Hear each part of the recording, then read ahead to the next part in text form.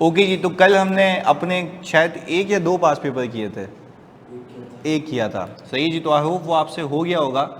आज हम ये देख लेते हैं कि कब मैं कौन सी क्लासिफिकेशन में जाऊंगा। यानी आप अगर रिकॉल करें, जब हमने किया था इक्विटी सिक्योरिटीज़, तो आपको याद होगा कि वहाँ पे मॉडल तो फेयर वैल्यू था, बट फेयर वैल्यू मॉडल में हमें अलाउड था दो तरीके की अकाउंटिंग, या तो फेयर वैल्यू थ्रू OCI या तो फेयर वैल्यू थ्रू PNL। अच्छा, फेयर वैल्यू थ्रू OCI या फेयर वैल्यू थ्रू PNL किस चीज़ पे डिपेंड करता है?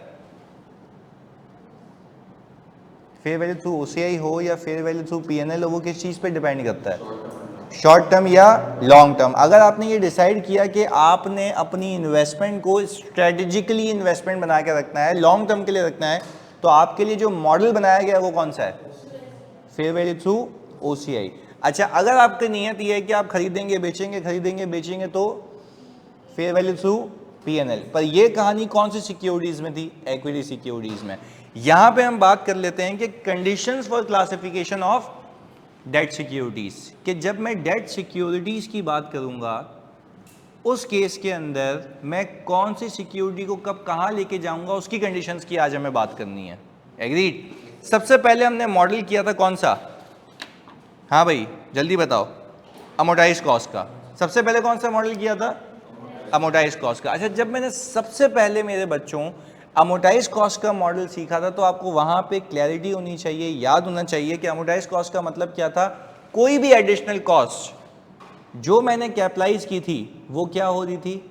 अमोर्टाइज। किसके जरिए हो रही थी? IRR के जरिए। ऐसा है ना, IRR के जरिए हो रही थी। चले, अब मुझे एक बात बताएं, जब वो IRR के जरिए हो रही थी, तो उस मॉडल का नाम क्या था? Amortise cost. उस मॉडल का नाम क्या था?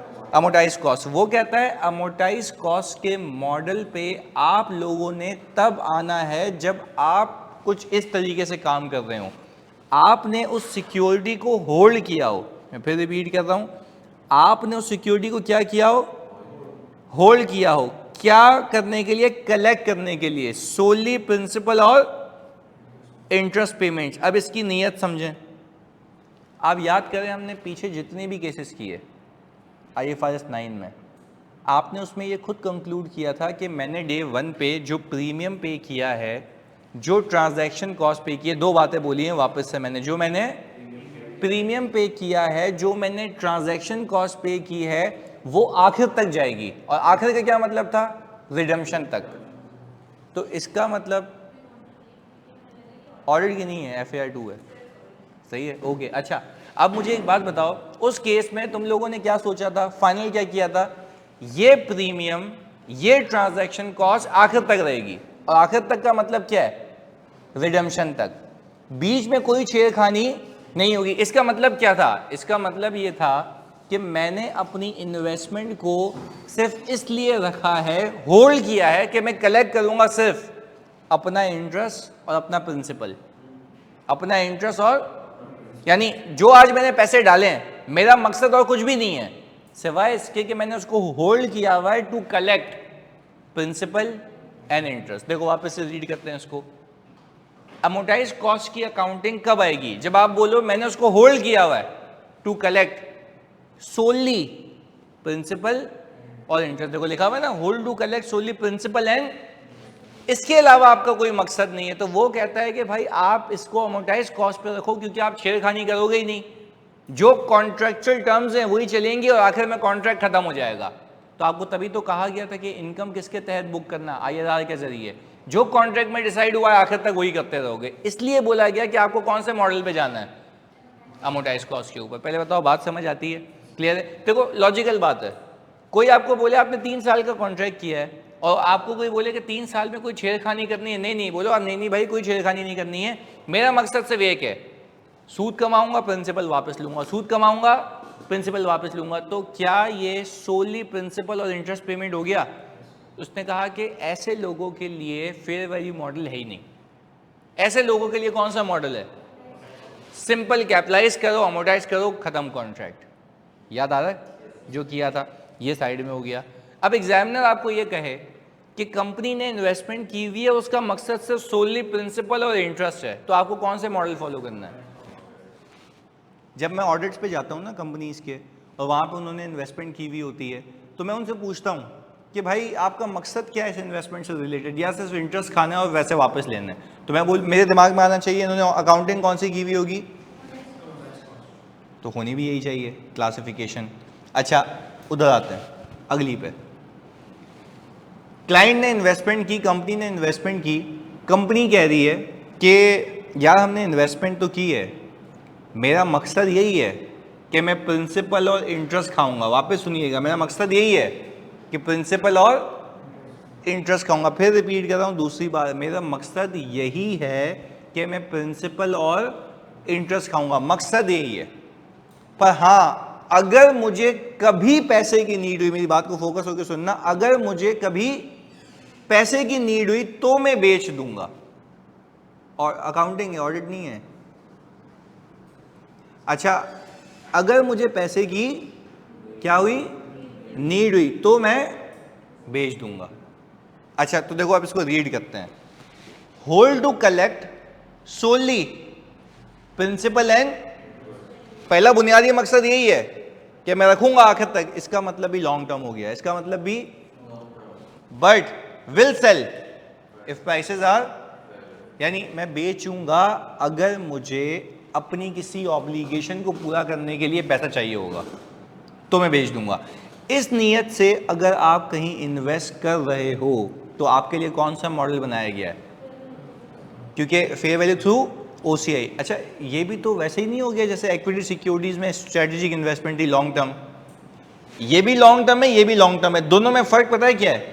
अमोर्टाइज कॉस्ट में आपकी कभी बेचने की नीयत नहीं है, वहां पे बेचने की नीयत है अगर तो कभी नीड हुई, अगर तो कभी नीड हुई। तो इसको कहा गया कि भाई तुम भी तो फिर लॉन्ग टर्म के लिए हो ना, तुम्हारा प्रिंसिपल मकसद भी क्या है, प्रिंसिपल कमाना और इंटरेस्ट देखना, यानी इंटरेस्ट को कमाना, प्रिंसिपल को वापस ले आना। बट हाँ, आप एक बीच में एक चीज ऐड कर रहे हैं कि अगर मुझे नीड हुई तो मैं क्या करूंगा, सेल कर दूंगा। तो अगर जब कभी मुझे नीड हुई तो मैं बेच दूंगा, तो आपको कहा गया भाई आप फिर एक काम करें, अपनी फेयर वैल्यू को मॉनिटर करते रहें कि आपकी सिक्योरिटी कितने की बिकेगी। तभी इसके लिए मॉडल कौन सा बोला गया, फेयर वैल्यू। इसको क्या कहा गया, ओसीआई, क्योंकि आपका रोजमर्रा का नहीं है कि आपको कमाना है, आपको कमाना लॉन्ग टर्म में ही है, आपको कमाना लॉन्ग टर्म में ही है। वो पत्थर पे लकीर है, वो चेंज नहीं हो रहा, चेंज सिर्फ एक चीज हो रही है, वो क्या है कि अगर मुझे नीड हुई तो मैं क्या करूंगा, बेच दूंगा। दोनों में फर्क समझ आ रहा है? एक बेसिक बुनियादी फर्क वापस से, ताकि ये लोग भी रिवाइज कर लें। मैंने कहा हम आज डेट सिक्योरिटीज की क्लासिफिकेशन देख रहे हैं, जैसे इक्विटी सिक्योरिटीज में देखी थी। जल्दी बताओ, इक्विटी सिक्योरिटीज कितने तरीके से रखना सीखी थी, fair value through, fair value through PNL, दो तरीके से रखना सीखी थी। अगर लॉन्ग टर्म इन्वेस्टमेंट थी तो fair value through OCI, short term थी तो पीएनएल। मकसद था, मकसद ये था कि आप अपने पीएनएल को डिस्टर्ब नहीं करना चाह रहे थे लंबे दराज के लिए, आपको बोला फेयर वैल्यू थ्रू ओसीआई में जाओ। आप अपने पीएनएल में जानबूझ के चाह रहे थे गेन लॉस आए तो फेयर वैल्यू थ्रू पीएनएल। हमने कहा अब यही बात हम किसके हवाले से कर रहे हैं, डेट सिक्योरिटीज के हवाले से। हमने कितने मॉडल सीखे, 3, amortise cost, fair value through OCI, fair value through PNL. जब मैंने कहा कि मैं बात कर रहा था अमोर्टाइज कॉस्ट की, तो आपके बैकएंड पे लॉजिक चल रही थी अमोर्टाइज कॉस्ट के अंदर कि आपने जो भी एडिशनल चीजें कैपिटलाइज की थी वो अमोर्टाइज होंगी कॉन्ट्रैक्ट के आखिर तक, कॉन्ट्रैक्ट के। आपको कहा गया अगर आपने किसी कंपनी की डेट सिक्योरिटीज खरीदी हैं, अगर आपने किसी कंपनी की डेट सिक्योरिटीज खरीदी हैं, तो उस कंपनी की डेट सिक्योरिटीज खरीदने पे आपकी नीयत यह है कि मैं इसको आखिर तक रखूंगा अपने पास और मेरा मकसद सिर्फ एक है, इंटरेस्ट कमाना और प्रिंसिपल वापस लाना, साथ साथ इंटरेस्ट कमाना। तो उसको अंग्रेजी में कहते हैं hold to collect solely principal, यानी मैंने इन्वेस्टमेंट की क्यों है, क्योंकि मुझे सिर्फ अपना इंटरेस्ट और प्रिंसिपल वापस चाहिए। तो इसलिए कहा गया आप तो फेयर वैल्यू आपके लिए रेलेवेंट ही नहीं है, तो आपके लिए कौन सा मॉडल, अमोर्टाइज कॉस्ट। मैंने कहा फिर फेयर वैल्यू थ्रू ओसीआई पे कब आऊँगा, उसने कहा फेयर वैल्यू थ्रू ओसीआई पे तब आओगे जब आपका मॉडल यही हो कि आपने सूद कमाना है और प्रिंसिपल वापस लेके आना है। पर अगर कभी नीड हुई, अगर कभी नीड हुई तो बेच दूंगा। मतलब अभी भी बात यही है कि आप अपने पीएनएल में फेयर वैल्यू के चेंजेस नहीं चाहते, अभी भी लॉन्ग टर्म है, बट फेयर वैल्यू को मॉनिटर करना चाहते हो। क्यों? क्योंकि आप कह रहे हो कभी बेचूंगा, तो कभी बेचने के लिए फेयर वैल्यू पता होनी चाहिए ना। तो इसलिए कहा गया आप भी लॉन्ग टर्म वाले इंसान हैं, बट आपके लिए जो मॉडल सजेस्टेड है वो कौन सा है? चलो अब मैं तुमसे पूछूं, मुझे कभी भी नहीं बेचना, कौन सा मॉडल? मैं अभी भी लॉन्ग टर्म के लिए चाहता हूं रखना, पर अगर कभी मुझे बेचना हुआ तो बेच दूंगा। फेयर वैल्यू थ्रू ओसीए, देखो लिखा हुआ है ना, hold to collect solely principal and but will sell if prices are favourable. अब आ जाओ तीसरी चौरंगी के ऊपर, फेयर वैल्यू थ्रू पीएनएल। मुझे एक बात बताओ, फेयर वैल्यू थ्रू पीएनएल पे मैं कब आऊंगा? जब मेरा मकसद ही होगा कमाना, खरीदना बेचना। तो मैं चाह रहा हूं इंटेंशनली कि सबका सब चीज़ें मेरी पीएनएल में आनी चाहिए।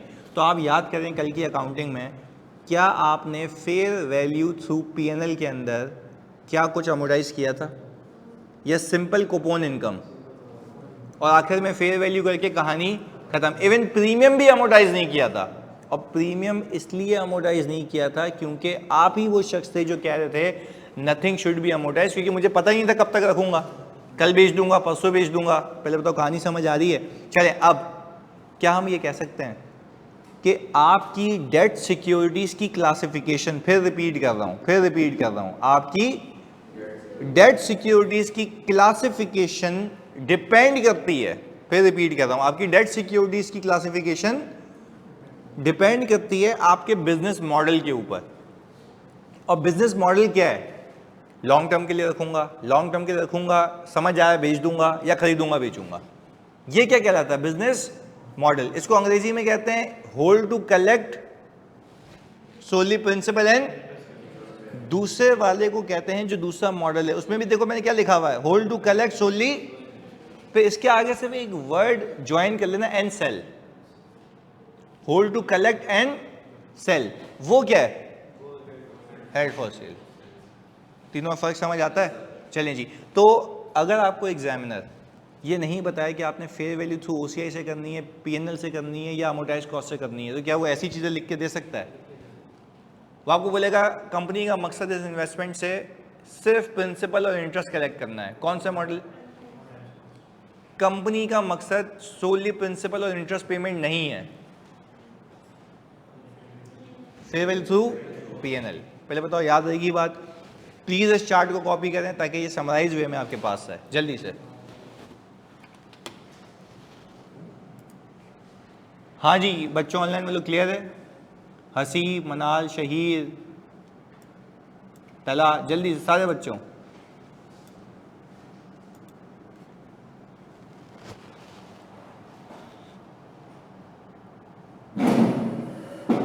अच्छा, एक बच्चे ने अच्छा सवाल पूछा कि सर बाय डिफ़ॉल्ट कौन सा मॉडल होगा? देखो बाय डिफ़ॉल्ट तो हर चीज़ उसमें गिरेगी ना, फेयर वैल्यू थ्रू पीएनएल में। अब आपने बताना होगा कि मेरा मकसद सोली प्रिंसिपल और इंटरेस्ट पेमेंट है, तो यहाँ आ जाओगे। आपको बताना होगा मेरा सोली प्रिंसिपल और इंटरेस्ट पेमेंट है, पर हाँ फ़ायदा हुआ तो बेच दूंगा, तो यहाँ आ जाओगे। बाय डिफ़ॉल्ट तो हुआ जाता है ना कि सोली प्रिंसिपल तो नहीं होता। यूजुअली एक बंदे की नीयत क्या होती है? कमाना। क्लियर है? पर आप ये नहीं कहें कि बाय डिफ़ॉल्ट पे आप सर लास्ट बैच के लेक्चर्स अवेलेबल करते हैं। मैं कर देता हूँ भाई, मैंने आपको रिकमेंड भी किया था कि आप ज़्यादा लास्ट बैच पे जाएं, आप करंट बैच के साथ साथ लेते रहें। मैं फिर भी लगवा देता हूँ, if you guys intend to do so. Speed में लेना है तो अलग बात है।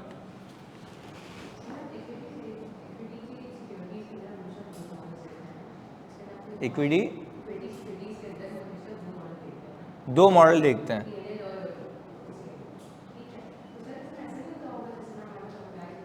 देखो अमोर्टाइज कॉस्ट इक्विटी सिक्योरिटीज में इसलिए नहीं हो सकता है क्योंकि वहां पे अमोर्टाइज क्या करोगे? पीरियड फिक्स होता है वहां पे, तो अमोर्टाइजेशन के लिए पीरियड होता है ना, इसलिए वहां पे मॉडल अमोर्टाइज कॉस्ट का नहीं है। नहीं, अगेन सोली फॉर डिविडेंड का क्या मतलब है? तो आपको बोला गया ना सोली फॉर डिविडेंड रख रहे हो तो फेयर वैल्यू थ्रू ओसीआई पे रखो, लॉन्ग टर्म हो गया ना, सही है ना। अमोर्टाइज कॉस्ट का मतलब ये है कि आप कुछ अमोर्टाइज कर रहे हैं। इक्विटी में क्या अमोर्टाइज करोगे? क्या कोई पीरियड है आपके पास? इसलिए वहां पे ये मॉडल नहीं है।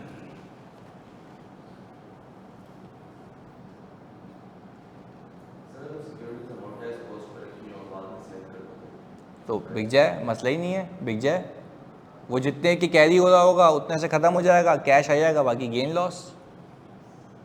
पर इसका मतलब ये नहीं है कि फेयर वैल्यू जो भी थी उस पर रख रहा हूँ, नहीं। अब भाई पीपी कॉस्ट मॉडल पे रखते हो, नहीं बेच सकते, तो मैं ये आपको बोलूँ फेयर वैल्यू पे क्यों नहीं रखा, बेचा कैसे? सही है ना, बेचना है separate thing, accounting policy is a, नियत अलग है, बेचना अलग है, दो अलग अलग बातें हैं।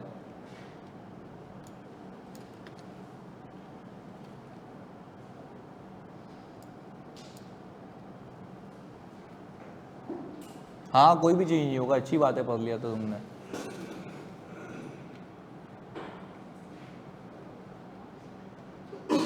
आदिल तुम कह रहे हो क्वेश्चन में इफ करके जवाब लिख दें, क्या इफ करके जवाब लिख दें भाई? क्वेश्चन में तो आपको एग्जामिनर बताएगा ना कि या तो उसका मकसद ये है, या तो उसका मकसद ये है, या तो उसका मकसद ये है। अगर आपको एग्जामिनर ये कह रहा है कि उसका मकसद है हेल्ड फॉर सेल, तो आप सीधा क्या करेंगे, फेयर वैल्यू थ्रू पीएनएल की अकाउंटिंग करेंगे। डिपेंड करता है कि वो बोल क्या रहा है, अकॉर्डिंगली उसकी अकाउंटिंग होगी। सही है। हाँ, इसमें ओनली एंट्रीज भी आती हैं, बैलेंस शीट के एक्सट्रैक्ट्स भी आते हैं। अच्छा, बैलेंस शीट के अगर एक्सट्रैक्ट्स बनाने को आ जाएं और आपका फेयर वैल्यू मॉडल है, तो आपकी इन्वेस्टमेंट किस पे आ रही होगी, फेयर वैल्यू पे। और उसका गेन लॉस जो एजेड का है वो आपको कोने में दिख रहा होता है वर्किंग में हमारी, वो वहाँ पे बैलेंस शीट में डाल देना। ओसीआई होगा तो ओसीआई रिजर्व में डालना, पीएनएल होगा तो रिटेन अर्निंग में। सिंपल।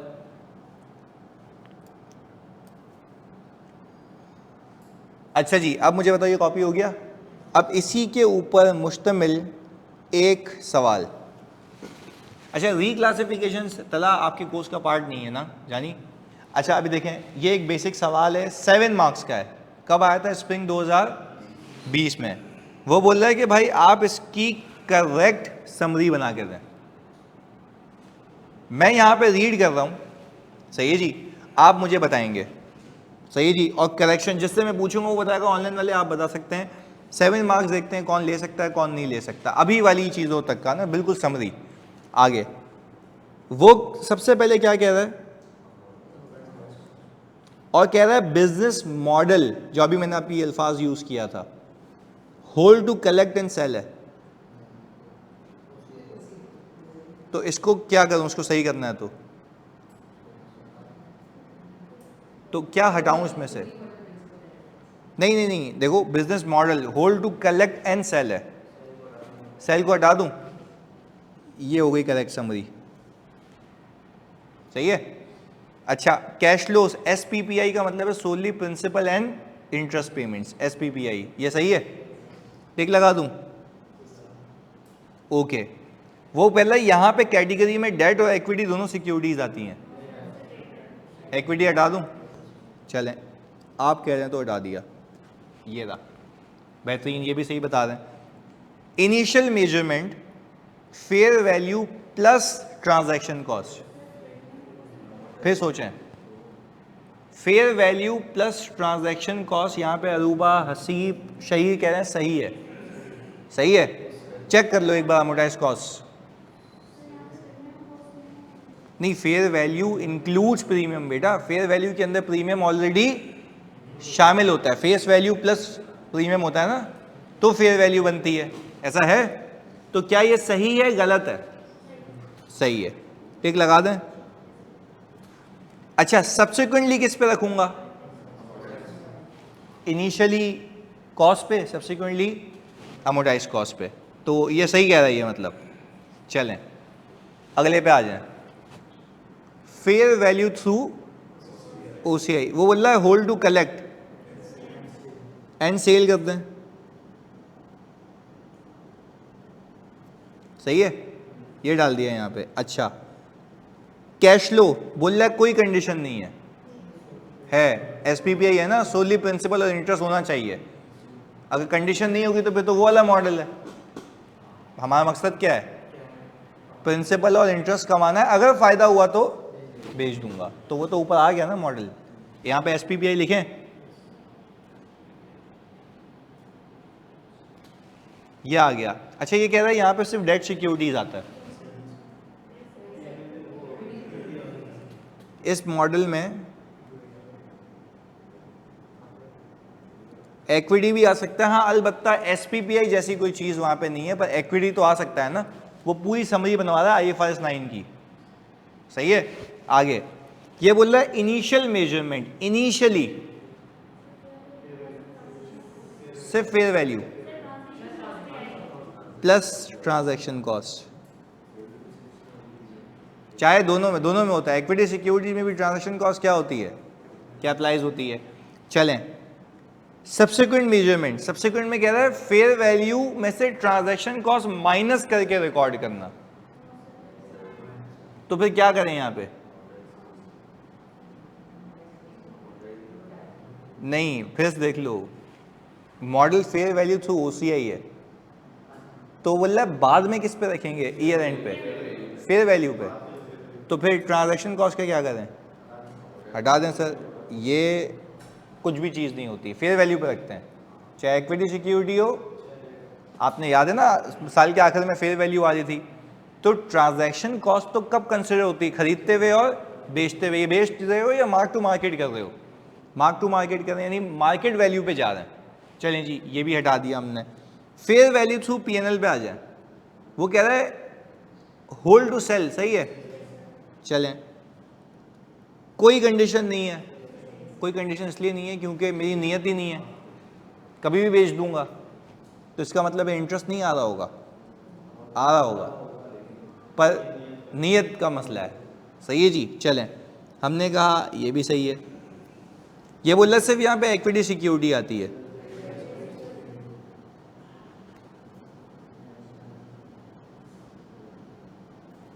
ये आ गया जी। अच्छा फिर वो बोल रहा है इनिशियली डे 1 पे, ये हटा दें, पक्की बात है, और प्लस भी हटा देते हैं। अच्छा सब्सिक्वेंटली, सही है, ये थे 7 मार्क्स।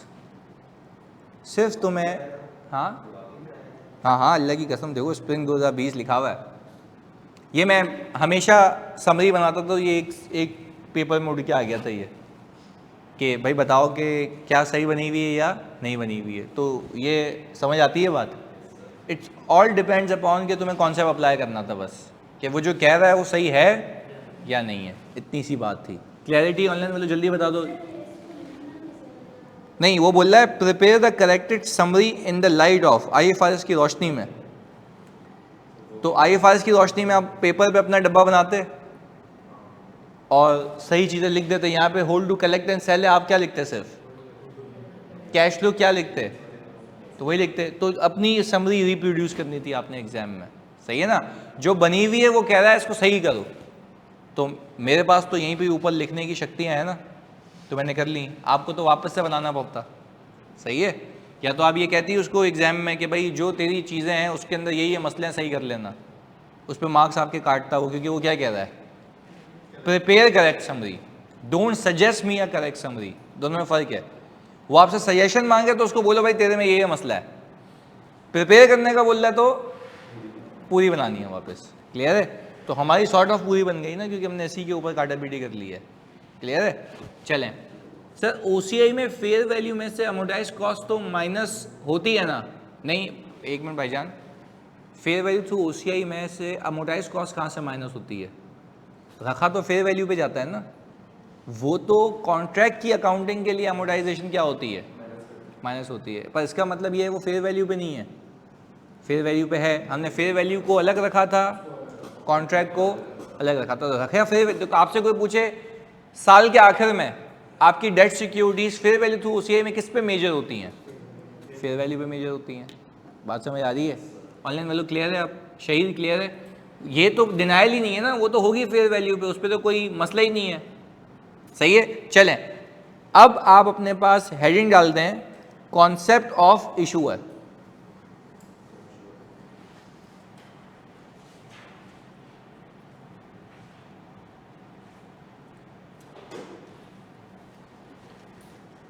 कॉन्सेप्ट ऑफ इशूअर,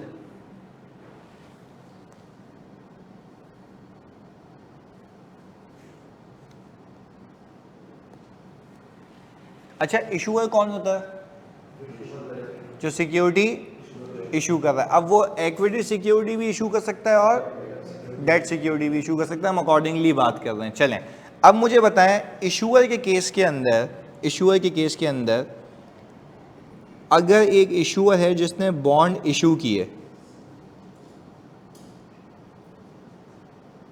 सही जी, और लेट से मैं कह रहा हूं कि 2000 बॉन्ड जिसने इशू किए, एक बॉन्ड है 100 रुपए का, तो 2 लाख रुपए आ गया। अच्छा मुझे बताओ, ये 2 लाख रुपए इसके लिए एसेट है या लायबिलिटी है? लायबिलिटी है, सही है ना। इसके लिए ये है फाइनेंशियल लायबिलिटी, फाइनेंशियल लायबिलिटी है। अच्छा क्या ये फाइनेंशियल लायबिलिटी इसके पास जो आई है, क्या फ्री में आई है या ये इसके ऊपर इंटरेस्ट देगा? इसके ऊपर दिया जाएगा इंटरेस्ट, जो कि इसके लिए कहलाएगा इंटरेस्ट, हाँ भाई, इंटरेस्ट एक्सपेंस। यानी इसको अलग अल्फाजों में कहें तो ये होती है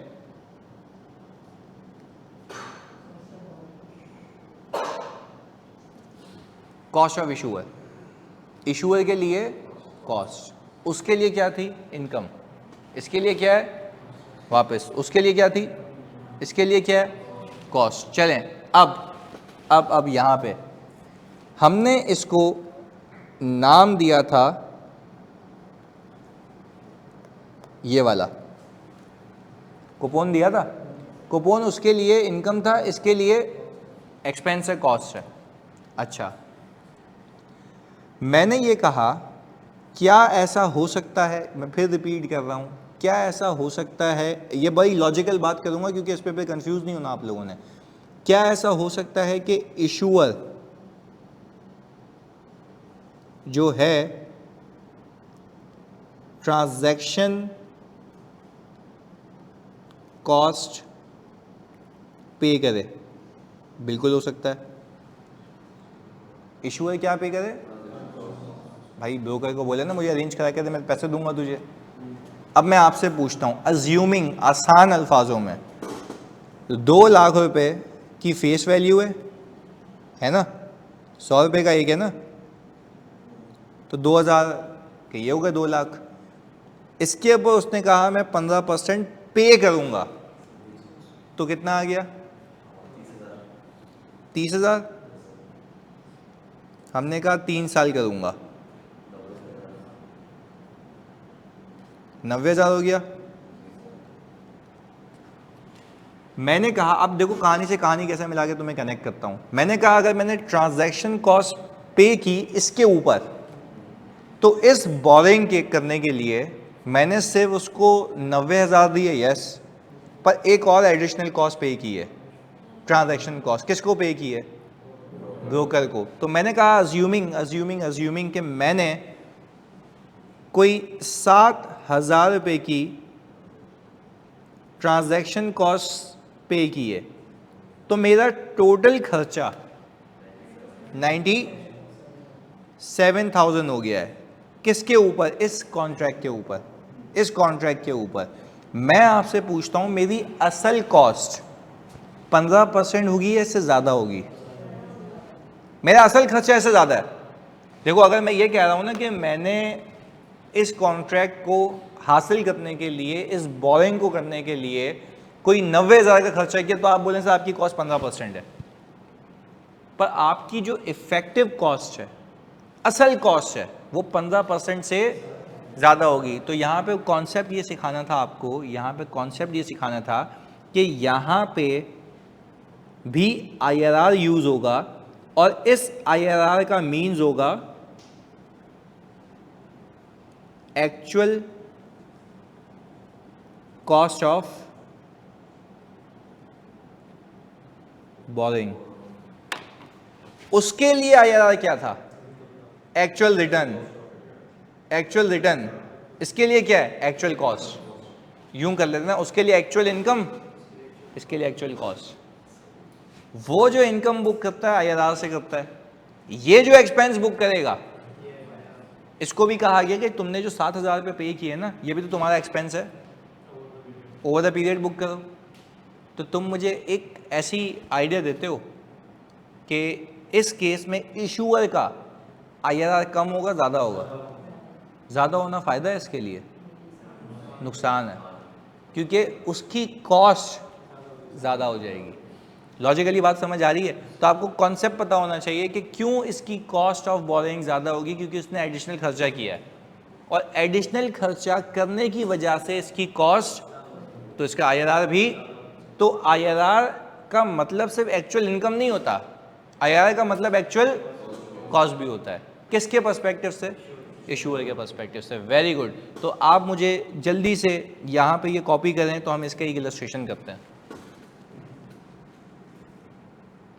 वो उसके बाद होती है ना शहीद, this is not a decision making. सही है? हाँ ये सही बोला है ना, जल्दी बताओ मुझे। इशूअर ने डिस्काउंट दिया तो वो भी इशूअर की क्या बन जाएगी? कॉस्ट बन जाएगी, क्योंकि इशूअर कह रहा है आज मुझे तुम पैसे कम दो, मैं तुम्हें पैसे वापस दूंगा ज़्यादा, तो ये भी इशूअर की क्या बन गई? कॉस्ट बन गई। बिल्कुल सही बोला। प्रीमियम इसकी इनकम होगी, इसका आईआरआर क्या हो जाएगा? सही है? तो जैसे सोचोगे वैसे आईआरआर पे इम्पैक्ट आ जाएगा।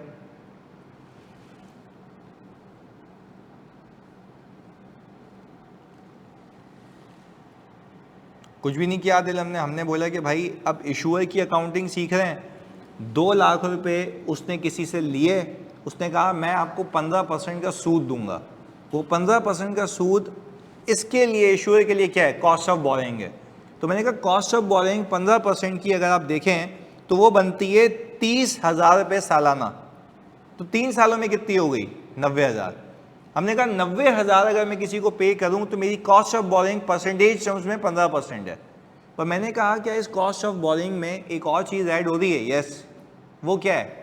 Transaction cost. क्योंकि इस पैसे को हथियाने के लिए मैंने 7,000 रुपये के ब्रोकर को चार्जेस भी दिए हैं। तो आपकी टोटल कॉस्ट ऑफ बोरोइंग इस सिनेरियो में से 90,000 है या 97,000 है?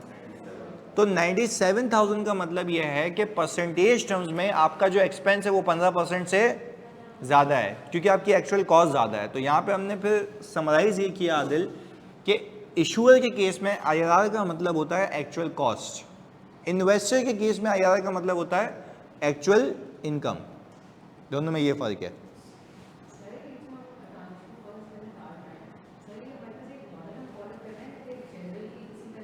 जनरली इसी तरह होता है। किस पे? बिल्कुल आएगा, बिल्कुल आएगा।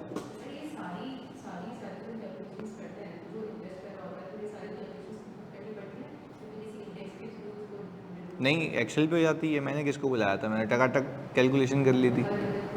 हाँ सर, अगर इशूअर अपने किसी करंट एम्प्लॉय से ही सिक्योरिटी अरेंज करवाए तो उसमें ट्रांजैक्शन कॉस्ट कंसिडर नहीं करेंगे? तो नहीं भाई, अगर ट्रांजैक्शन कॉस्ट नहीं होगी तो क्या आप उसको कंसिडर करेंगे?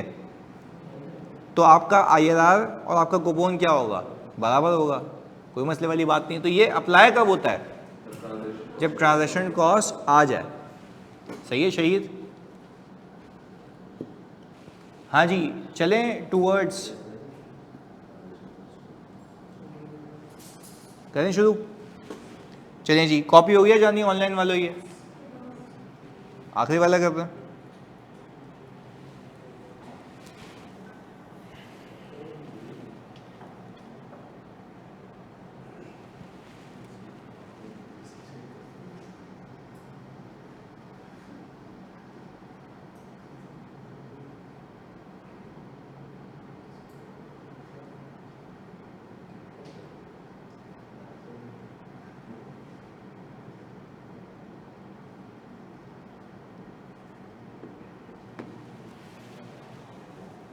डन।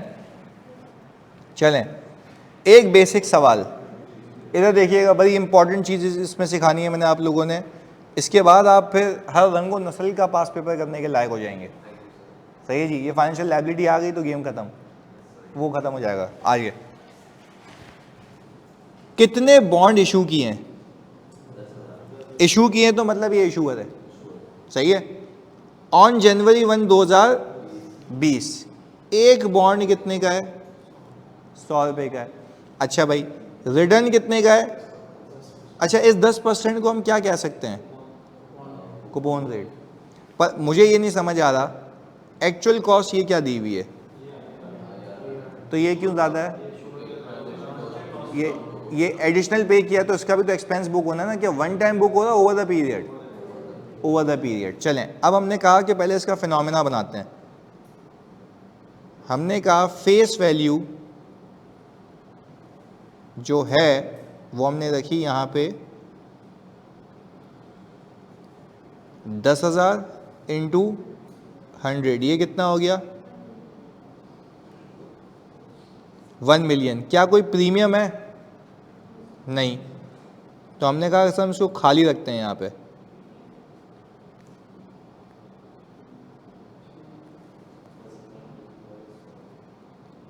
यही 1 मिलियन आप लोगों के लिए क्या बन गई? Fair value. सही है। अच्छा भाई, इसके अंदर ये आ गई। अच्छा, ट्रांजैक्शन कॉस्ट कितने परसेंट है? तो 3% ऑफ 1 मिलियन कितना आता है? 30,000। इसको मैं यहां से माइनस कर रहा हूं, बताता हूं कितनी आती है, अमाउंट बताएं। 970,000। अच्छा, क्यों? यहां पे एक में चीज़ रुक के देखनी है आपने। आप इन्वेस्टर हैं, इशूअर हैं? इशूअर हैं। आपको पैसे देने हैं या आपको पैसे मिलेंगे? मिलेंगे। तो जो आपका ब्रोकर है वो आपके अकाउंट में पैसे काट के डालेगा, तभी माइनस किया। लॉजिकल बात ना। आप जब इन्वेस्टर होते हैं तो आप 1 मिलियन देते हैं और 30,000 बोलते हैं ये ले मिला के, तो आप बोलते हैं मैंने 1 मिलियन 30,000 दिए, तो आपकी जेब से जाते हैं ज़्यादा, यहाँ पे जेब में आ रहे हैं कम। पहला लॉजिक कि माइनस क्यों किया। कोई बोले भाई ट्रांजैक्शन कॉस्ट तो सर आपने दी है ना, तो मैं कहा दी है, मना तो नहीं कर रहा। 1 मिलियन आएंगे, 30,000 जाएंगे, तो नेट कितने आए? 970। पहले बताओ इस कॉन्सेप्ट में कोई कंफ्यूजन? पक्की बात है। ऑनलाइन तो जल्दी बताओ, क्लियर है ये? 1 मिलियन आएंगे, 30,000 जाएंगे, क्लियर है? जल्दी बताओ। 1 मिलियन आएंगे, 30,000 जाएंगे, इस बात पे क्लैरिटी है? ओके, पहली लॉजिक दे चुका हूं। दूसरी लॉजिक, ये एसेट नहीं है जिसमें कैपिटलाइज होगी, ये लायबिलिटी है जिसमें नेट हो रही है। अच्छा, आज आप लायबिलिटी बुक करेंगे 970 की, आपको वापस कितने करने हैं? 1 मिलियन। तो अब आपकी लायबिलिटी अमोर्टाइज होगी। जैसे कि थोड़ा सा तुम्हारे लेवल पे आके बताता हूं, एसेट के अंदर जब तुम कोई चीज ऐड करते हो तो वो एक्सपेंस होते होते होते होते होते एसेट से हट जाती है। यहां पे लायबिलिटी को इंक्रीज करने के लिए तुम एडिशनल एक्सपेंस बुक करोगे, जैसे कि डिसमेंटलिंग कॉस्ट में करते हो, लायबिलिटी का एक्सपेंस बुक करते हो ना, इंक्रीज होते होते होते होते तो वहां पहुंचती है। यहां पे भी यही करना है। आज तुमने लायबिलिटी रिकॉर्ड की है कम, तुम्हें बाद में देनी है ज्यादा, तो जो आज आप ट्रांजैक्शन कॉस्ट पे कर रहे हैं ना, वो टेक्निकली लायबिलिटी में कैपिटलाइज कर रहे हैं। लायबिलिटी में कैपिटलाइज करने का मतलब होता है लायबिलिटी में नेट कर देना। क्योंकि अगर मैं लायबिलिटी में ऐड करता ना, तो कहने का मकसद ये है कि लायबिलिटी कम होती है तो इनकम हो जाती है। अगर मैं तुम्हें बात समझा पाया, अगर तुम लायबिलिटी में इसको ऐड कर देते तो लायबिलिटी को कम करने के लिए तुम्हें क्या बुक करनी पड़ती? इनकम। जबकि तुम्हें क्या बुक करना है? एक्सपेंस। तो वो कह रहा है कि आज तुम इस कॉस्ट को अपनी लायबिलिटी में नेट कर दो और एक ऐसा रेट निकालो जो इफेक्टिवली तुम्हारी लायबिलिटी को कहां पहुंचा दे? 1 मिलियन पे, ताकि तुम सालाना जो भी इंटरेस्ट बुक करो उसमें इसका एक एलिमेंट बुक होता रहे। बात समझ आती है? दो लॉजिक्स, पहला लायबिलिटी जो तुम सामने से ले रहे हो लोगों से वो कितनी है? 1 मिलियन। तुम 1 मिलियन ले रहे हो और 30,000 पे भी कर रहे हो, तुम्हें नेट कितने मिले? वो बोले 970 पे रिकॉर्ड करो, fair value minus transaction cost पे रिकॉर्ड करो। मैंने कहा ऐसा क्यों करूं? उसने बोला क्योंकि तुम अब इफेक्टिव रेट निकालोगे तुम्हारी कॉस्ट ज़्यादा आएगी, क्योंकि तुम्हें अब पंच लाइन दे सुनना, ये बड़ी इंपॉर्टेंट है। तुम्हें आज पैसे मिले हैं कम, तुम्हें पे करने हैं, तो तुम्हारी कॉस्ट है ज़्यादा, तो अब तुम लायबिलिटी को अमोर्टाइज कराओगे वहाँ तक। जैसे कि प्रेजेंट वैल्यू ऑफ डिसमेंटलिंग की आज वैल्यू कम होती है और पैसे पे करने होते हैं, this is as good as that amount. बात समझ आ रही है? तो आज आपको पैसे मिले हैं कम, वापस देने ज़्यादा, तो यहाँ से वहाँ तक का सफ़र एक एडिशनल एक्सपेंस है जो कहाँ फिल्ड इन हुआ है? IRR में। क्लियरिटी है? ऑनलाइन तो जल्दी बताओ, क्लियर है? सर 970 को लायबिलिटी की फेयर वैल्यू भी कह सकते हैं, बिल्कुल सही कह रहा है। 970 is the value of liability that has to be settled at the value of 1 million. Clarity है? चलें, अब आप मुझे एक बात बताएं जल्दी से। मैं यहाँ पे एक एंट्री बनाऊंगा, कैश डेबिट और बॉन्ड्स पेबल कितने से? 970। वापस से कॉन्सेप्ट यही है, पैसे मिले हैं कम, पैसे देने हैं ज़्यादा, तो आज की वैल्यू कम है, आगे की वैल्यू ज़्यादा है, ग्रो करा के वहाँ पहुँचाऊँगा। क्लियर है? चलें, अब मुझे एक बात बताएं सर, ये भी कहानी हो गई। अब हम ओपनिंग, इंटरेस्ट, कैश और क्लोजिंग, हमने कहा पहला साल जो हमारा चल रहा है वो चल रहा है 2020। अच्छा, 2020 में आपसे कोई पूछे आपकी लायबिलिटी की शुरुआत कितने पे हुई है? 970 पे। कोई आपसे पूछे आपको सामने वाले को कितने देने? 10%। कितना? सामने वाले को जब बोलूं तो 10%। अच्छा, 10% किस पे दूंगा? 970 पे या 1 मिलियन पे? वो बोलेगा भाई तुम अपना कुछ भी करो, मैंने आपको कितने दिए हैं? 1 मिलियन। अपना हिसाब उस पर ही चलेगा, जैसे वो लेता फेस वैल्यू पे तो हम देंगे फेस वैल्यू पे ना पैसे। तो अब मुझे बताएं, इस 1 मिलियन पे 10% बनता है 1 लाख रुपए, ऐसा ही है ना? हमने कहा भाई आप पहले पैसे तो ले लें, ये तो अपना हिसाब किताब अलग है। वो बोल रहा है कि अब आपने इंटरेस्ट बुक करना है। मैं किस पे बुक करूंगा? 11.2326। ये कितना आता है?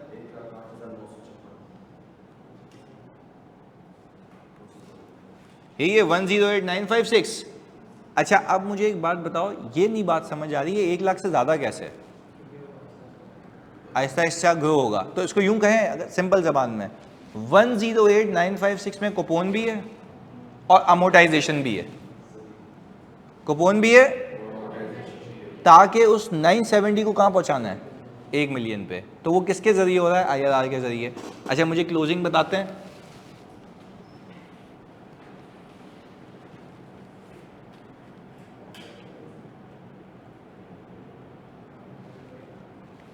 $978,956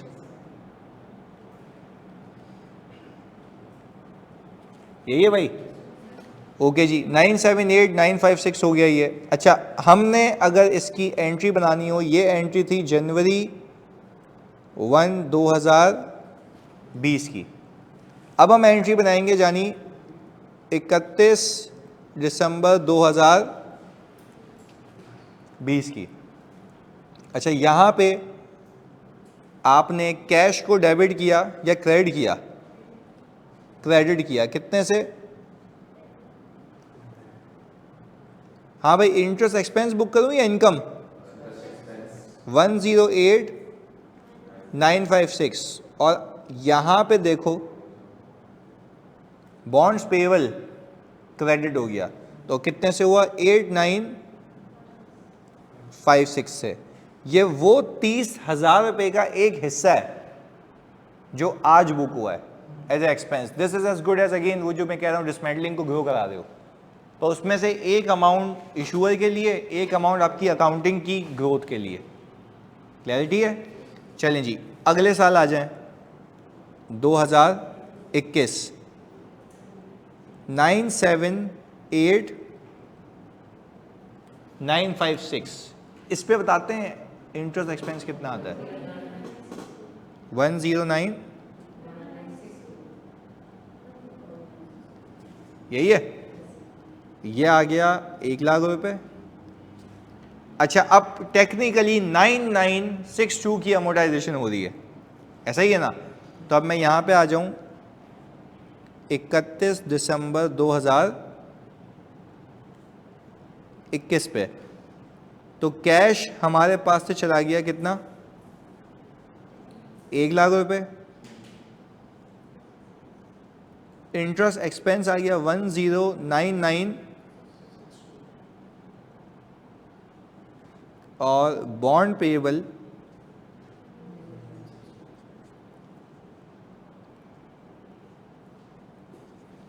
9962 आ गया, ये वाला क्लैरिटी है। चलिए जी, ये फिर अमोर्टाइज हो गया, ये वही हिस्सा है जो उस 970 को कहाँ लेके जा रहा है 1 मिलियन पे। चले इसका क्लोजिंग बताते हैं कितना आता है 918 हमने कहा 2022 988,918 इसके ऊपर आपने IRR लगाया तो कितना आया 1,11081, ये फिर 1,00,000 रहा और आपके पास आखिर में मेरे ख्याल से बचना चाहिए 1 मिलियन, यही आता है। तो आपने सिंपली क्या किया, आपने अपने, अच्छा वैसे इसका सम करके बताओ क्या आता है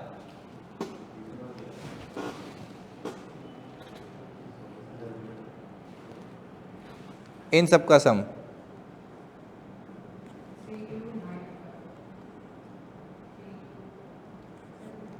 तकरीबन ये होगा 330, ये आता है।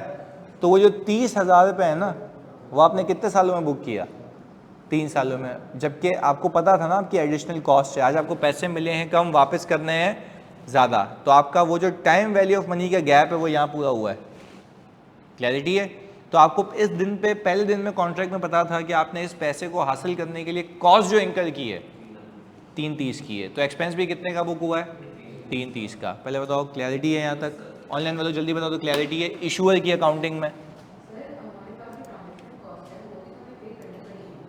पे कर दी ना, ये नहीं पहले दिन पे ही पे कर लेती। भाई बताओ ट्रांजैक्शन कॉस्ट पहले दिन पे नहीं पे की तुमने, तो ये कैसे पता लग रहा है पे की, आपको पैसे ही कम मिले, आपको मिलने कितने थे 1 मिलियन, आपको मिले कितने 970, तो या तो आप इसकी 2 एंट्रियां बनाएं, पहले पैसे पूरे लेके आए और फिर पैसे वापस करें और फिर लायबिलिटी को वापस कम कर दें, बात तो एक ही है ना, या तो नेट ही पैसे लेके आ जाएं, एक ही बात है। चलें जी, इसको कॉपी कर लें भाई शेड्यूल को लाजमी अच्छे से।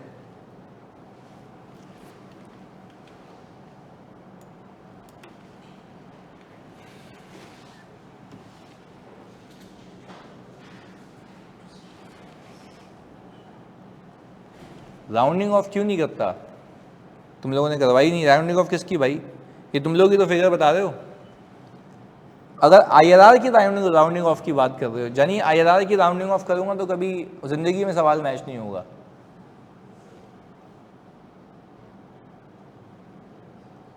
अमाउंट्स की, यानी अमाउंट्स की राउंडिंग ऑफ की तो है, और कितनी करें, इन्होंने बोला 111,081 मैंने लिख दिया, हाँ अमोर्टाइज कॉस्ट मॉडल है ये बिल्कुल।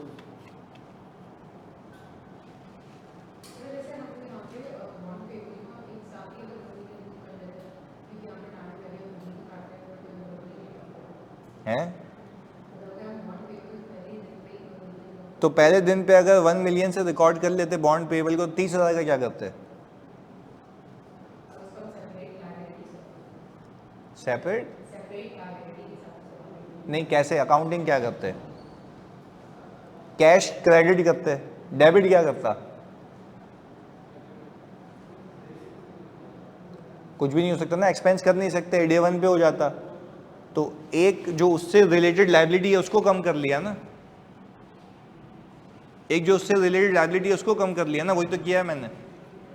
सिंपल सोचो ना, 970 मिले, आगे कितने वापस करने हैं? 1 मिलियन। सही है, तो ये है। इसके बाद कौन सा है, यानी लीजेस, मैंने बताया डेडलीस्ट, उसमें मजा आएगा। एक समझे? तो आप अगर पहले दिन पे उसको फेस वैल्यू पे रखेंगे ना, तो 30,000 की अकाउंटिंग ही नहीं हो पाएगी आपसे। तो मैंने बोला 2 एंट्री बना लो ना अपनी तसल्ली के लिए, cash debit, payable credit 1 million से, फिर कैश क्रेडिट करो और सोचो एक्सपेंस तो मैं कर नहीं सकती, तो मैं क्या करूँगी, लायबिलिटी को रिड्यूस, और फिर उसी लायबिलिटी को ग्रो कराना है कहाँ तक, 1 मिलियन तक। This is how we have done. Sir debenture की इन्वेस्टमेंट इंश्योर्ड होती है, या देखो जो इशूअर होता है ना वो इंश्योरेंस करवाता है, ताकि कल को ये भागे तो फिर कौन बियर करे, इंश्योरेंस कंपनी। लाइबिलिटीज़ की इंश्योरेंस होती है, प्रॉपर्टी की इंश्योरेंस होती है, लाइफ इंश्योरेंस होती है, हर चीज़ की इंश्योरेंस होती है भाई। पर अगेन हमें यहाँ इंश्योरेंस सीखना है या ये सीखना है?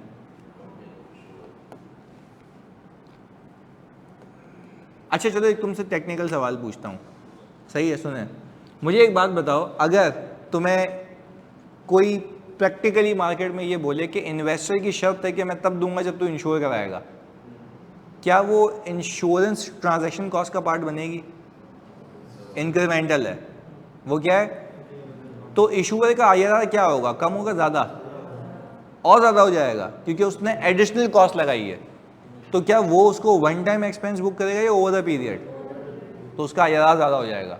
तो वो बोलेगा जो वहाँ से पैसे आ रहे हैं ना, एक ट्रांजैक्शन कॉस्ट में दिए, एक इंश्योरेंस में दिए, पैसे और कम हो गए, अब इस कम अमाउंट को वहाँ तक पहुँचाना है, तो मेरी कॉस्ट क्या हो गई, ज़्यादा। ये सिंपल सोचो ना, आज इस पैसे को हासिल करने के लिए मैंने जितने भी खर्चे किया सारे माइनस हो गए, तो अब लायबिलिटी मेरी जो रिकॉर्ड हो रही है वो कम पे हो रही है, उसको पैसे वापस करने हैं ज़्यादा, तो वो अमोटाइज हो रहा है। यानी anything if you want to get it amortise, तो लायबिलिटी उसमें ऐड कर दो, तो लायबिलिटी को ग्रो कराने के लिए आपका IRR क्या हो जाएगा, ज़्यादा हो जाएगा। क्लियर है? This is the concept behind it. जी, किसका? इशूअर को क्या फ़ायदा हुआ? इशूअर को जो पैसे मिले उसने उससे बिजनेस किया। एग्जाम्पल, इशूअर ने जो बिजनेस किया इससे उसका ग्रॉस प्रॉफिट 7 लाख रुपए आया होगा। किसका ग्रॉस प्रॉफिट? तो वो 7 लाख रुपए का बिजनेस उसने अपने पैसे से किया, लोगों के पैसे से किया, तो लोगों के पैसे से 7 लाख रुपए कमाया, 3 उनको दिया, बाकी अपनी जेब में।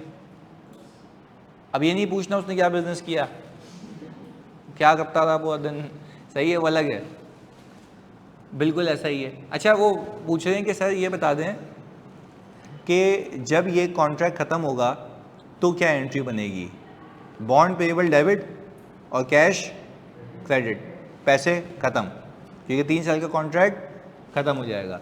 सर बॉन्ड्स और डिबेंचर में एक मेन डिफरेंस बता दें, देखो दोनों डेट सिक्योरिटीज यानी दोनों नाम है। अगेन मैं फिर रिपीट कर रहा हूँ, दोनों क्या है, नाम है, सिक्योरिटी के नाम है, आप उसको बॉन्ड कह लें या डिबेंचर कह लें, दैट्स इट, और कोई फर्क नहीं है। यानी समझ आ रही है?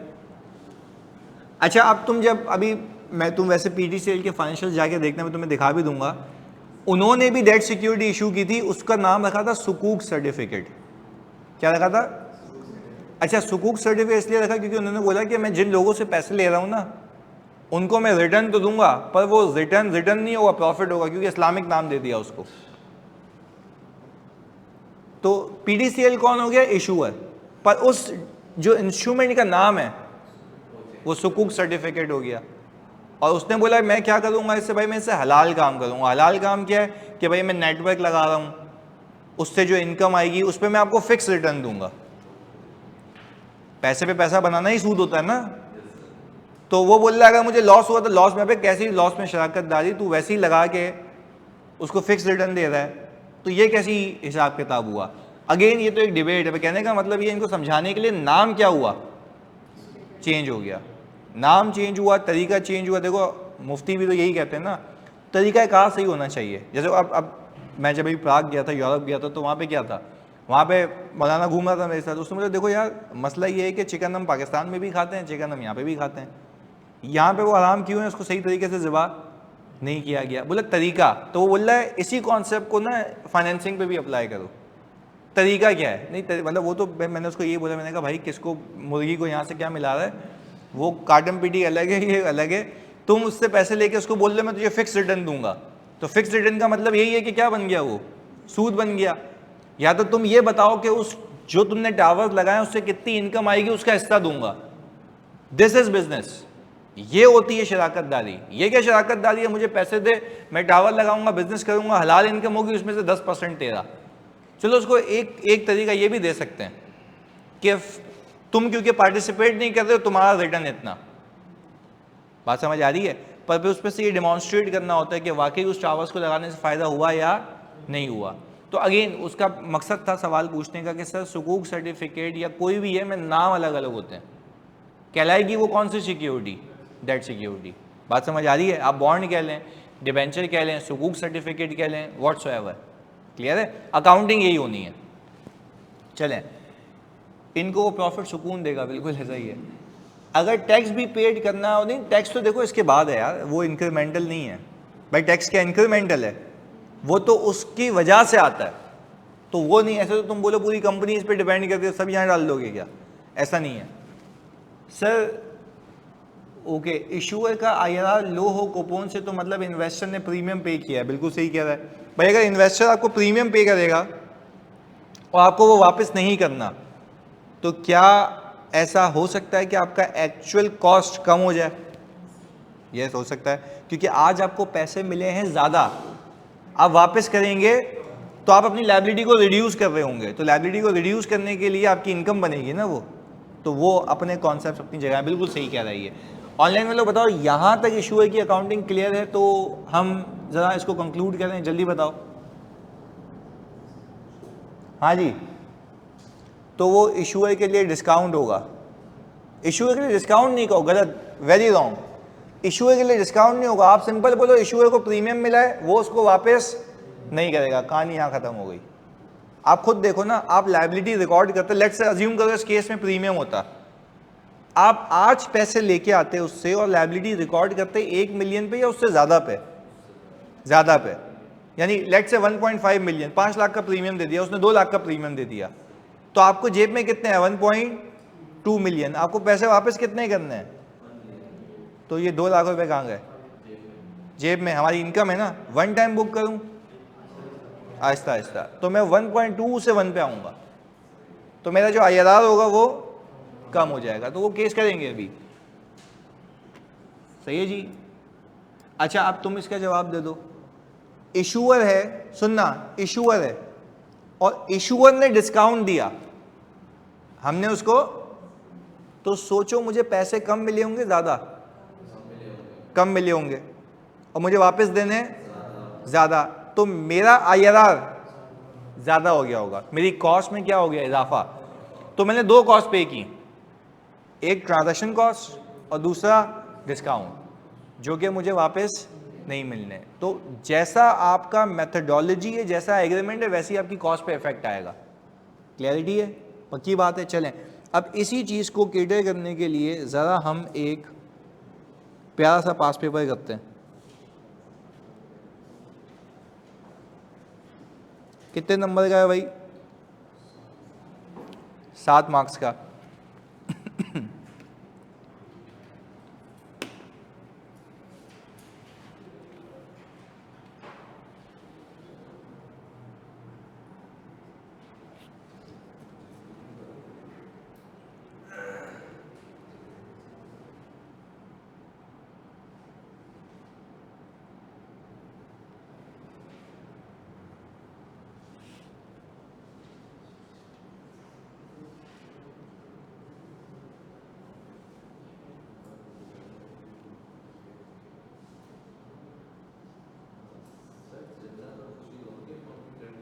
यस,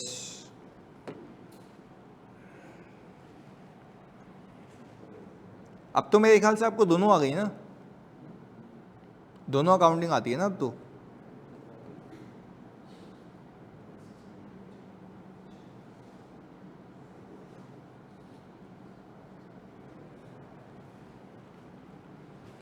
आदिल कह रहे हैं हमने करना, नहीं भाई ऐसे ही दिखा रहा हूँ तुम्हें, तुम लोगों के लिए ना यार, मैं कर रहा हूँ क्या, ये खुद कर रहे हो ना। पहले आप मुझे इशूअर की अकाउंटिंग करके दिखाएं, और इशूअर यहाँ पे कौन है? जन्नत लिमिटेड, सही है। उसके बाद आप करेंगे इन्वेस्टर की अकाउंटिंग में। अगेन इसके लिए सिर्फ आपको 5 मिनट दिए जाते हैं, एक एक एंट्री है मासूम सी करके ख़त्म करो।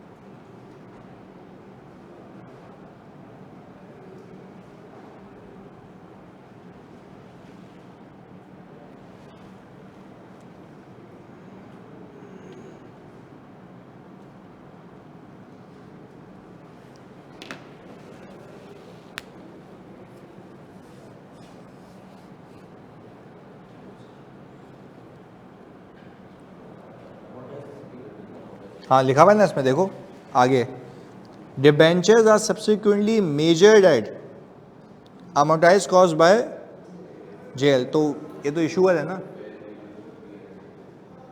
बाय केल इन्वेस्टर है ना। तो आपने बस यही तो सोच के करना है कि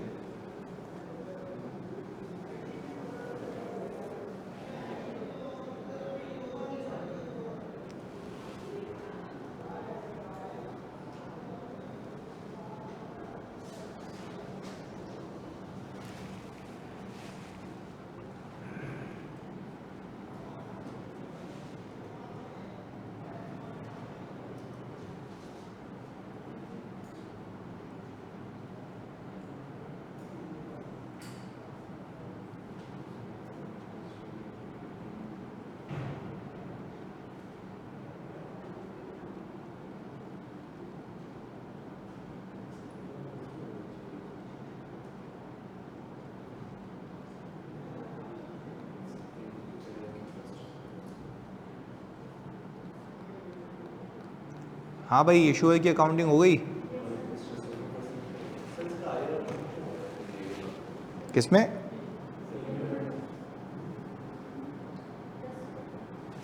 अभी देखते हैं ना, आ जाओ। हमने कहा कि सर हम यहाँ पे सबसे पहले इशूअर की अकाउंटिंग कर लेते हैं,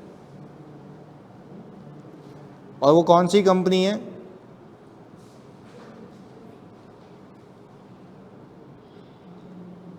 चलें मुझे जल्दी से बताएं हमने कितने इशू किए हैं डिबेंचर। तो हमने कहा चलें भाई आप फेस वैल्यू तो पहले ये बता दें कि 1.6 मिलियन इंटू 100, तो ये 160 है, ऐसा ही है। चलें जी, क्या कोई प्रीमियम का चक्कर है? तो प्रीमियम का चक्कर कितना है? 10 का 16 हो गया ये, तो ये कितने आ गए? 176। ये क्या कहलाएगी? Fair value. अच्छा, फिर वो कह रहा है transaction cost associated with the issuance of these debentures were 5.5 पर डिबेंचर। अच्छा, इशुएंस ऑफ, हाँ अब देखो क्योंकि ये स्पेसिफिकली कह रहा है कि ट्रांजैक्शन कॉस्ट पर इन्वेस्टर ने पे नहीं की है। किसने की है? इशूअर ने, क्योंकि बोला है इशुएंस के ऊपर ट्रांजैक्शन कॉस्ट ही आई है, तो फिर इसने ही पे की है सिर्फ। अदरवाइज वो लिख के देता कि इन्वेस्टर ने भी पे की है, यहाँ पे सिर्फ किसका लिखा हुआ है, और हम अकाउंटिंग भी किसकी कर रहे हैं? इशूअर की। तो उसने बोला 5.5 पर डिबेंचर उसने पे की है, तो हमने कहा कोई मसले वाली बात नहीं है। तो हमने कहा कि भाई 1.6 मिलियन इंटू 5.5 कितना आता है? कितना 8.8 ऐड करूं या लेस करूं? लेस करेंगे, ये कितना आ गया 167.2। सर इसकी आपने एंट्री बनाई होगी कैश, डेबिट और डिबेंचर है ना?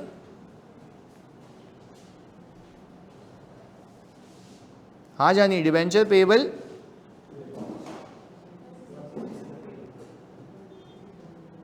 ये डे 1 की सही बना ली थी।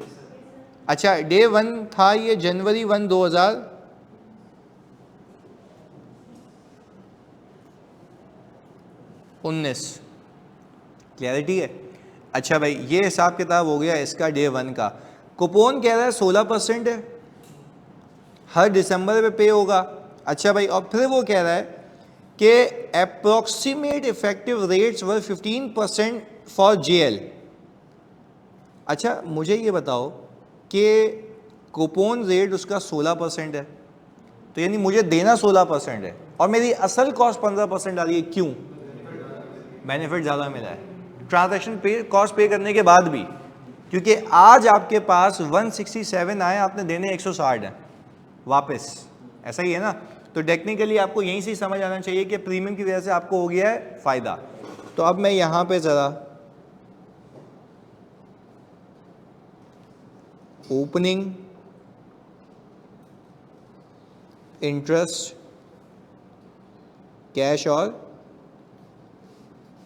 क्लोजिंग, 2019 में आपका ओपनिंग आ गया 167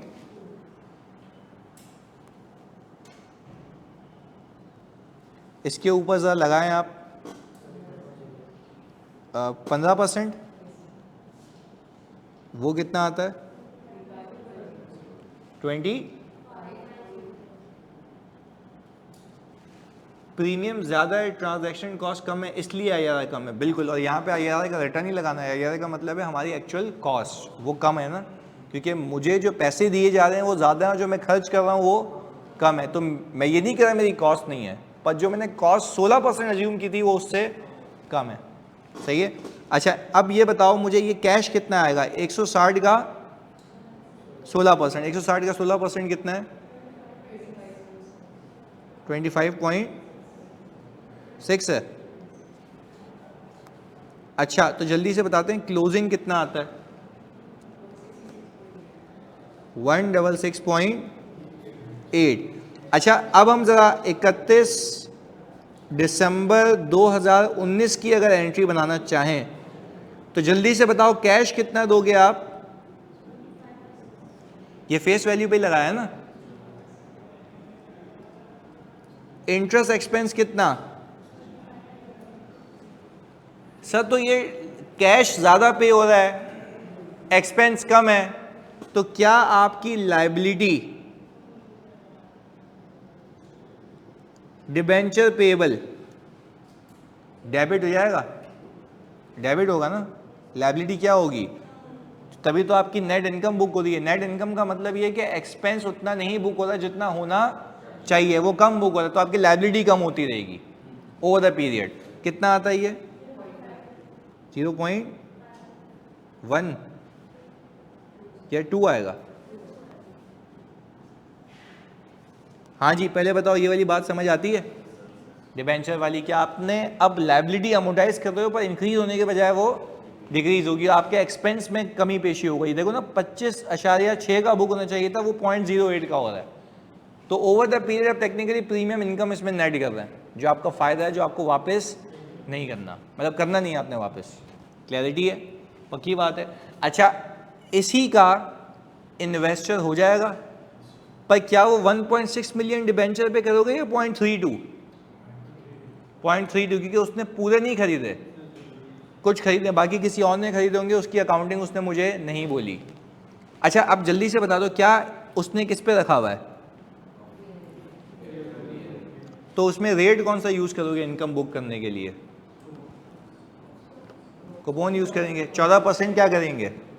इग्नोर। तो यहाँ पे लिख देता हूँ कि इसको आपने इग्नोर करना है, इसको कंसिडर नहीं करना। ये बड़ी अहम चीज़ है इसके अंदर। सही जी, 14% इग्नोर करना है क्योंकि यहाँ पे इफेक्टिव रेट का कोई काम नहीं है। एक पंच लाइन थी, क्यों नहीं है? क्यों नहीं है? क्योंकि हम कह रहे हैं nothing to be amortise. Amortise कुछ भी नहीं होगा। चाहे तो कर भी लेते हैं, यहाँ पे 1 मिनट लगेगा।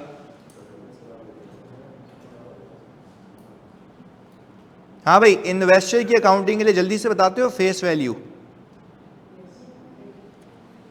तो 0.32 इंटू 100, ये 32 आ गया।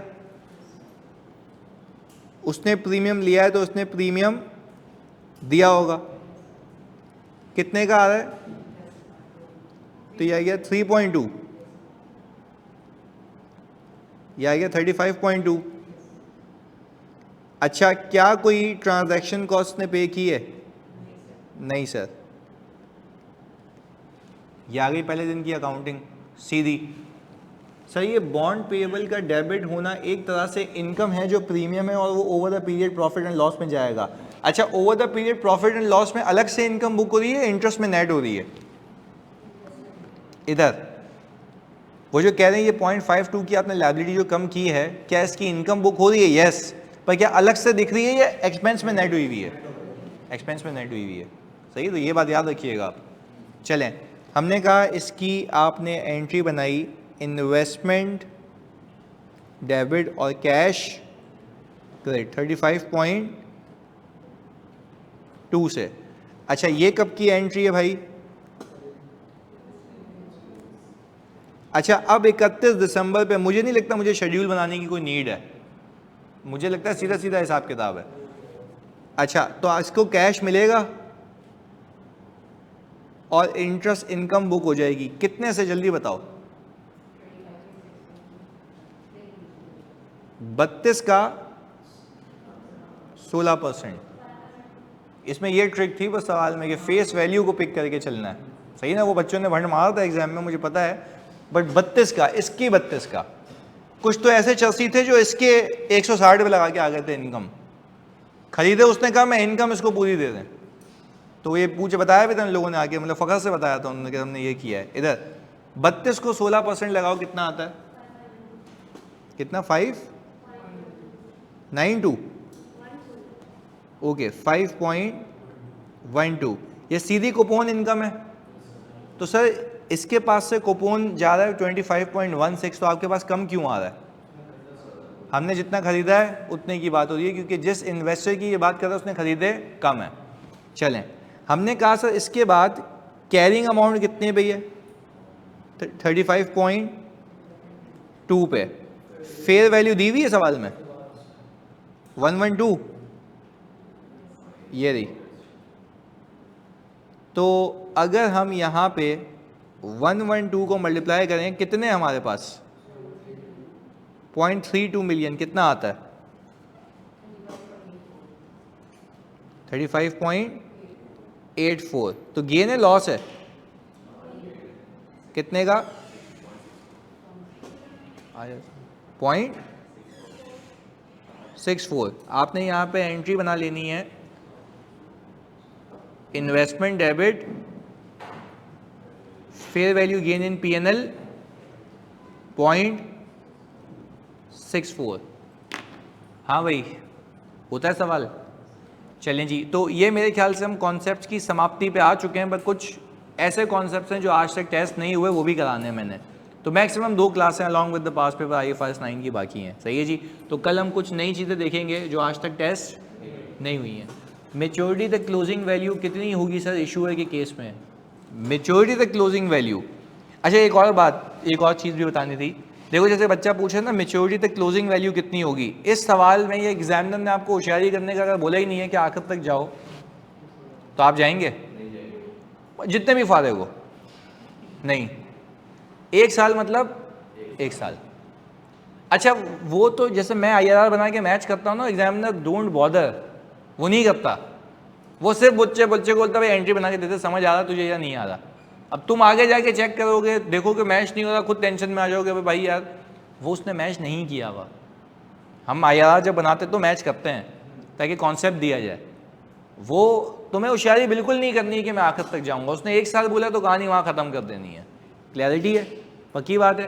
तो एहतसाम जैसे वैसे तुम्हारी नॉलेज के लिए बता रहा हूँ कि अगर तुम कह रहे हो ना कि आखिर में वैल्यू क्या होगी, रिडम्पशन एट पार का मतलब है तो फेस वैल्यू होगी। क्लियर है? चलें, हाँ वो तो वैसे ही मैं समझ गया तुम पूछ रहे क्यों हो, पर मैंने क्लियर करने के लिए कि ये वाली हरकत कोई भी नहीं करे। सही है, चलें मिलते हैं अगली क्लास में। अल्लाह हाफ़िज़।